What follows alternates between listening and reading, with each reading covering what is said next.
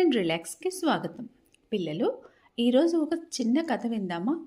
ఒక అడవిలో సుమిత్ర ముని అనే ముని నివాసం ఉండేవాడు. ఆయన దగ్గరికి ఓ రోజు ఒక సైనిక అధికారి వెళ్ళాడు. మునికి నమస్కరించి, గురుదేవా, నా మనసులో ఓ సందేహం ఉంది, దాన్ని తీర్చగలిగే సమర్థులు మీరేనని వచ్చాను అని చెప్పాడు. ఏమిటో చెప్పు నాయనా అన్నాడు ముని. స్వర్గం నరకం నిజంగా ఉంటాయా? అవి ఉన్నట్లయితే ఎవరూ చూసినట్టు చెప్పరే అని అడిగాడు సైనికాధికారి. నీ సమస్యకు పరిష్కారం నేను తీర్చుతా, నువ్వెక్కడ పనిచేస్తున్నావో చెప్పు అని ప్రశ్నించాడు ముని. నేను ఈ రాజ్యానికి ముఖ్య సైనికాధికారిని అని చెప్పాడా వ్యక్తి.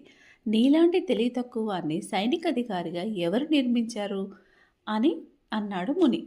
ఆ మాటకు పట్టరాని కోపంతో కత్తి తీశాడా సైనికాధికారి. ఇప్పుడే నీలో నరక ద్వారాలు తెరుచుకుంటున్నాయి అన్నాడు ముని నవ్వుతూ.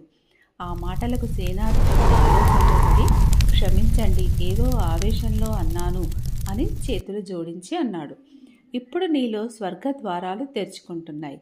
మనలో చెలరేగే కోపం, లోభం, మోహం మొదలైన దుర్గుణాలే నరక కూపాలు.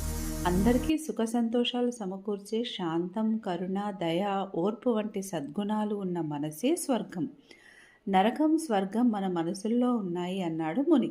అర్థమైంది మునివర్యా అంటూ కృతజ్ఞతలు తెలిపి మునికి మనస్ఫూర్తిగా నమస్కరించి అక్కడి నుండి సంతోషంగా కదిలాడా సైనికాధికారి.